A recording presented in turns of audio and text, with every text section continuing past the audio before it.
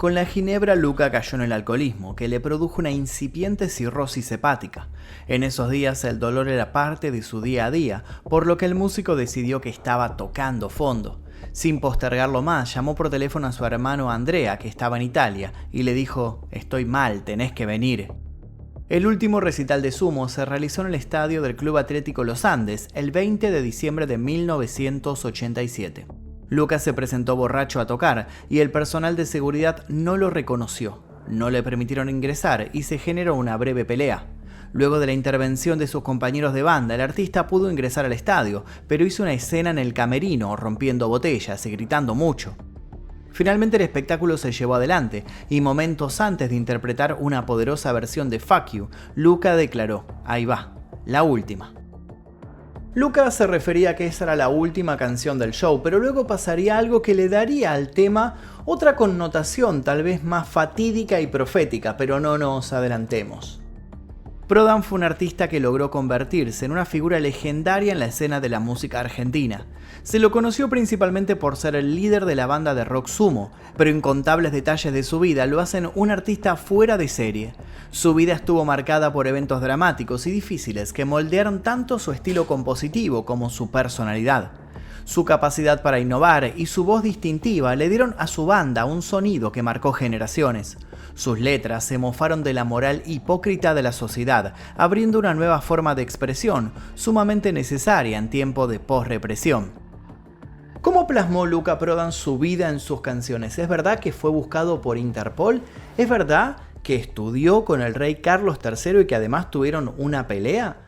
¿Es verdad que trabajó en una película de Federico Fellini? Bueno, responder estas preguntas nos va a llevar hasta el 22 de abril de 1987. El día que murió Luca Prodan.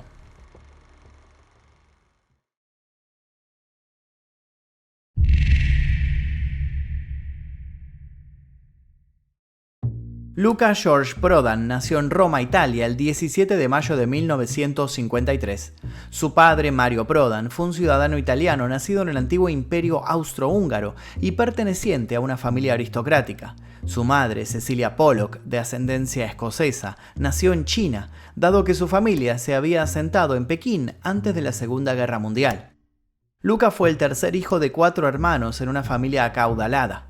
Michela y Claudia eran las mayores, mientras que Andrea era el menor.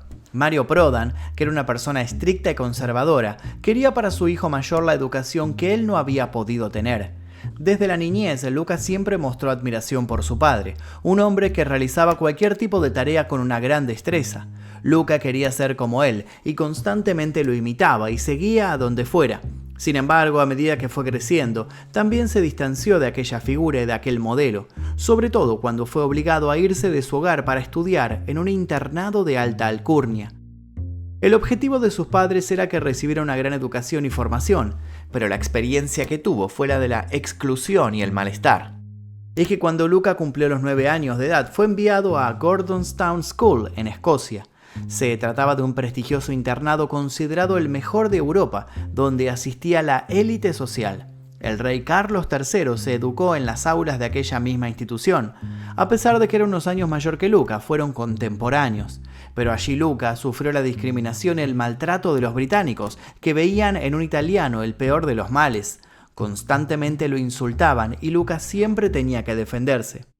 Además, existían normas estrictas que obligaban a los alumnos a tomar duchas frías e intentar intensos ejercicios físicos todos los días.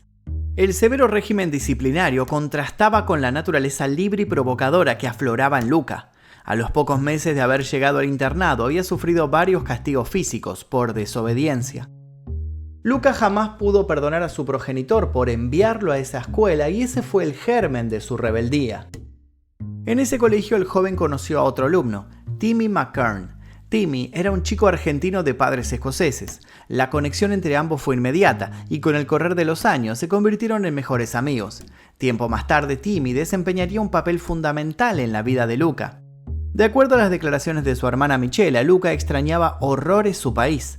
En cada carta que enviaba a su familia firmaba con un dibujo de la bota italiana. En los últimos años lo único que lo mantenía animado eran su amigo y un profesor inglés que le había enseñado a tocar la guitarra. Ese fue el primer acercamiento que tuvo Luca con la música y con la composición. En 1970, cansado del estricto ambiente, Lucas escapó de Gordonstown. Tenía apenas 17 años y solamente le faltaba un año para terminar sus estudios. Cuando su familia se enteró, comenzó una búsqueda a través de Interpol, mientras Luca recorría Europa a sus anchas. Pasó los días con grupos hippies y luego volvió a Italia. En 1972 su madre lo encontró en Roma deambulando por la calle. Fue en el mismo momento en que lo multaba la policía por andar en motocicleta con un amigo. Su hijo ya no era el mismo que ella recordaba. En aquella época, Luca estaba experimentando con ciertas drogas como la marihuana, el LSD y la heroína. Como tenía 19 años, debía hacer el servicio militar. Sin embargo, los médicos lo diagnosticaron como una persona demente y no fue admitido en el ejército. A medida que dejaba la adolescencia, Luca intensificó el vínculo con su hermana Claudia. A pesar de llevarse 10 años de diferencia, compartían una sensibilidad especial y el gusto por la música. Juntos compartían también el interés por las drogas. En una ocasión fueron detenidos por vender hachís. Pasaron unos meses en prisión, donde ella compuso temas que sensibilizaron al muchacho y le hicieron ver en todo ese mundo de acordes algo más que un pasatiempo. Cuando fue liberado, su padre obligó a Luca a terminar el secundario en St. George. Allí conoció a Linda Tricker, su novia durante varios años, pero también su primera musa. Luca todavía no lo sabía, pero estaba a punto de realizar un viaje que significaría sus primeros pasos en el mundo de la música.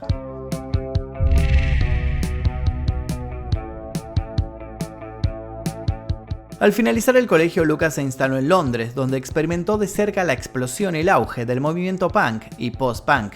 En ese contexto fue que logró formar su primera banda, The Nuclear Hits, con quien llegó a grabar algunos demos con diferentes estilos como el dub y el reggae. Durante su estancia en Londres, el joven volvió a hacer contacto con Timmy McKern, quien lo invitó a vivir a su departamento. Como es de suponer, las horas compartidas afianzaron su amistad. Por las noches trabajaba para una empresa de seguridad y durante el día aprovechaba para ver todos los recitales que podía, desde Pink Floyd, Genesis hasta las bandas que tocaban en los sótanos más pequeños. Aquello duró hasta 1975, cuando Timmy tuvo que viajar a Argentina porque su padre había fallecido. Al poco tiempo, Luca alquiló un departamento y comenzó a trabajar en una tienda de discos Virgin de Marble Ark. Allí comenzó a coleccionar algunos álbumes, muchos de los cuales tomaba del depósito sin permiso. Prodan tenía una regla: cada 10 discos que vendía se quedaba con uno para él. Cuando fue descubierto, obviamente lo despidieron, pero al poco tiempo fue recontratado porque algunos clientes elogiaron su habilidad para identificar canciones con solo escuchar un silbido. Sin embargo, su segunda oportunidad fue breve porque al poco tiempo de ser contratado, siguió hurtando discos hasta el punto de que ya no lo pudieron perdonar y esta vez fue expulsado definitivamente.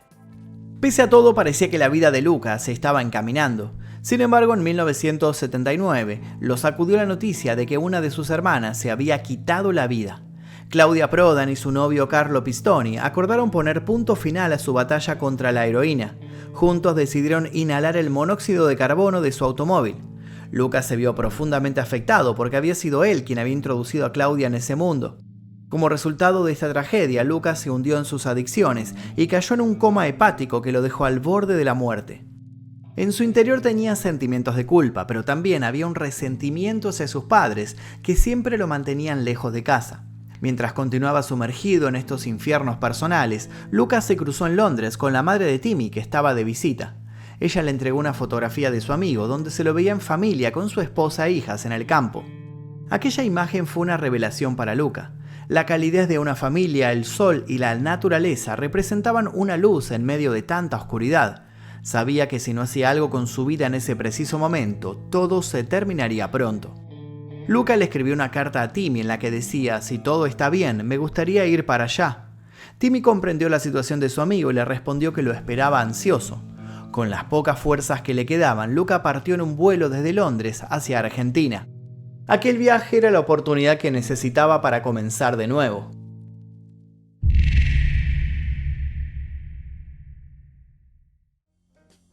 En marzo de 1980, Luca llegó a Buenos Aires y se instaló en la casa de Timmy, en el barrio de Hurlingham. Luego fue trasladado al campo de la familia McKern, en la localidad de Nono, en la provincia de Córdoba. Durante su estancia, Timmy le presentó a su cuñado, Germán da Funchio, un joven marino mercante de unos 20 años. En aquellos días Luca todavía estaba combatiendo a la heroína, así que se pasaba todo el día durmiendo y con frío. Después de algunas semanas se fue recuperando y empezó a tener más energía. Cuando se sintió un poco mejor, volvió a tocar la guitarra.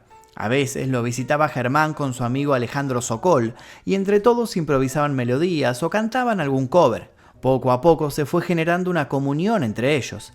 La idea de componer canciones empezaba a agradarles. En ese ámbito, Luca también encontró alivio en la marihuana y en el alcohol. En la zona había numerosos productores artesanales. Gracias a las visitas que realizaba a un bar cercano al paraje donde vivía, se aficionó a la ginebra, de la que llegó a beber una botella por día. Al poco tiempo decidió volver a Londres para buscar equipos y comenzar a grabar. Cuando volvió, había regresado con una guitarra acústica, un bajo, un micrófono y una grabadora de 4 pistas. Además, trajo una máquina de ritmos y una cámara de eco. Con todo esto, Luca empezó a experimentar y a realizar las primeras composiciones. Creó canciones como Time, Fate, Love, Reg Test, Birna Lisi y Divided by Joy. Lo que había comenzado como una simple idea cada vez estaba más cerca de concretarse. Ese grupo de amigos realmente todavía no sabía que estaban a punto de cambiar la historia del rock nacional argentino.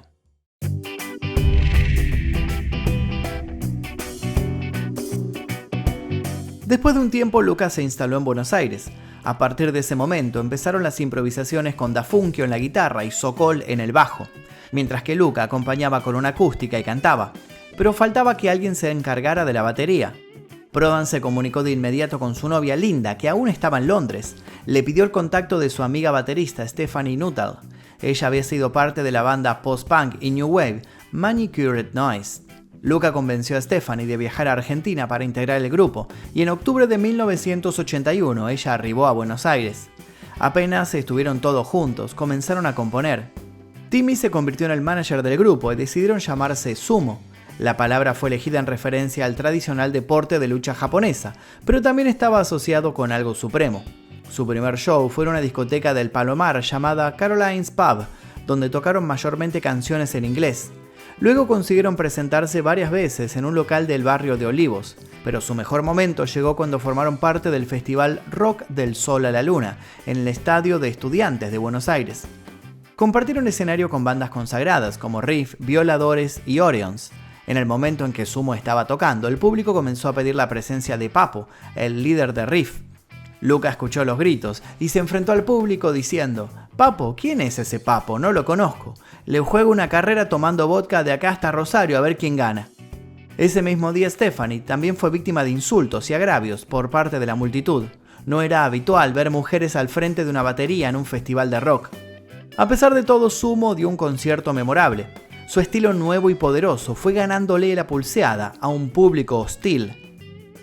En abril de 1982, la Guerra de Malvinas cambió todo el panorama para Sumo. Mucho de lo que realizaban era cantado en inglés, y eso comenzó a estar prohibido. Además, Stephanie tuvo que volverse a Inglaterra debido a la insistencia de sus padres. La banda tuvo que buscar nuevos integrantes y reconstruirse. Muchos llegaron a decir que no se repondrían del golpe, no sabían cuán equivocados estaban.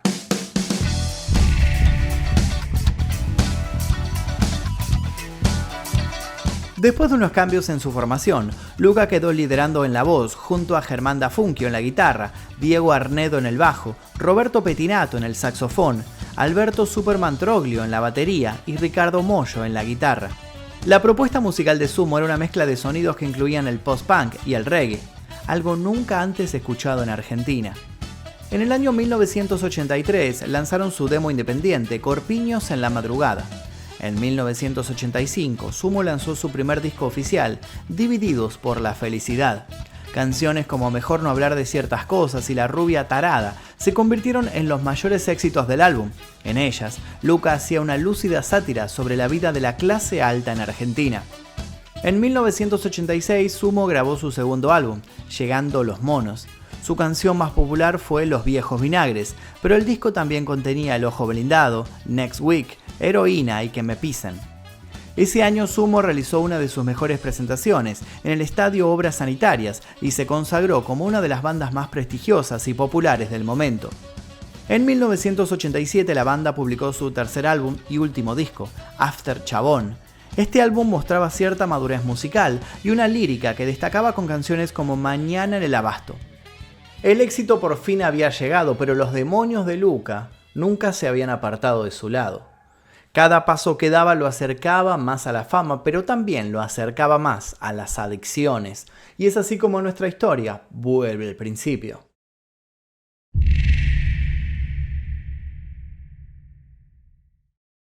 Dos días después del icónico recital en el Club Atlético de los Andes, con el que comenzó nuestro relato, más precisamente el 22 de diciembre de 1987, Andrea Prodan estaba armando sus bolsos. Quería viajar a Argentina, acudiendo al llamado previo de su hermano. Sin embargo, antes de que pusiera un pie fuera de su hogar, su hermana Michela le comunicó que Luca había muerto. La noticia fue un duro golpe para la familia y sus amigos.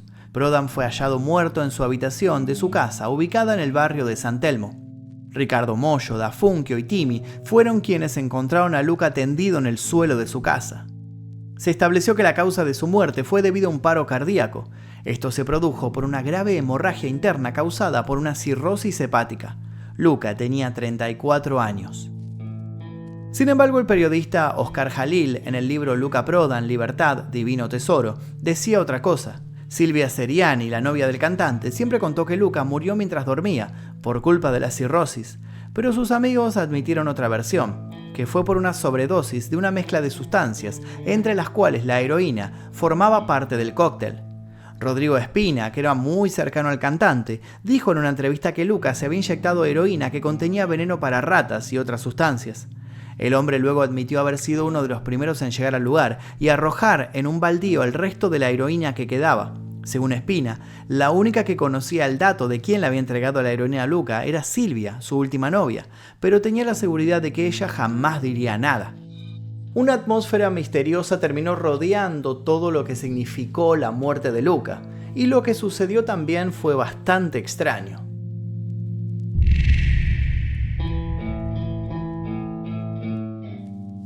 Como Luca no tenía familiares en Argentina, Timi y el abogado Joe Stefanolo tuvieron que encargarse de varias tareas. El 23 de diciembre tuvieron que organizar una visita a la comisaría, la historia que figuraría en el certificado de defunción, los trámites con la cochería, sacar el féretro por una escalera angosta y miles de trámites que fueron un calvario. Por si fuera poco, en el cementerio de la Chacarita no había más lugar y los empleados de la funeraria estaban cansados. Querían dejar el cuerpo 2 días en el depósito, pero para Timi esto era impensado. Finalmente sus restos fueron llevados al cementerio municipal de Avellaneda. Primero tuvo su tumba común, pero algunos años después su familia decidió colocar una roca traída desde el valle cordobés de Tras la Sierra, el primer lugar en el que Luca se instaló apenas llegó al país. Luca vive y simplemente gracias son algunas de las frases escritas por los fanáticos sobre dicha piedra. Suelen apoyar desde cruces y flores hasta botellas de alcohol vacías. Hoy ya no se trata de una tumba, sino de una especie de altar. Un altar que rinde tributo a las anécdotas y situaciones extraordinarias que el músico siempre cargó consigo.